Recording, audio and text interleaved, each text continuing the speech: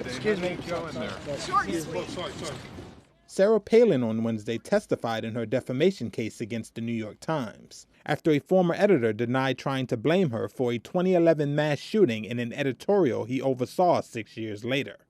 The former Alaska governor and 2008 Republican U.S. vice presidential candidate, who portrayed herself as a dedicated public servant in her testimony, appeared only briefly on the witness stand in Manhattan federal court and is expected to return on Thursday.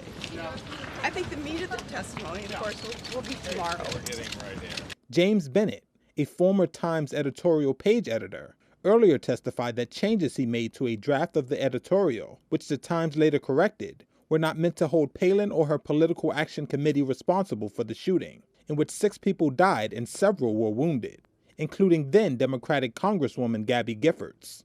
The editorial referred to Palin's political action committee having earlier circulated a map that put Giffords and 19 other Democrats under crosshairs. Bennett added incorrect language that said the link to political incitement was clear between the map and the Giffords shooting. The editorial was corrected the next day.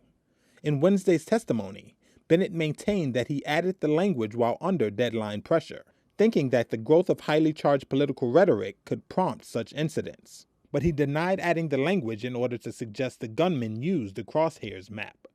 To win, Palin must prove that Bennett and the Times acted with actual malice, meaning they knew the editorial was false or had reckless regard for the truth. The trial is a test of long-standing legal protections for U.S. media against defamation claims by public figures.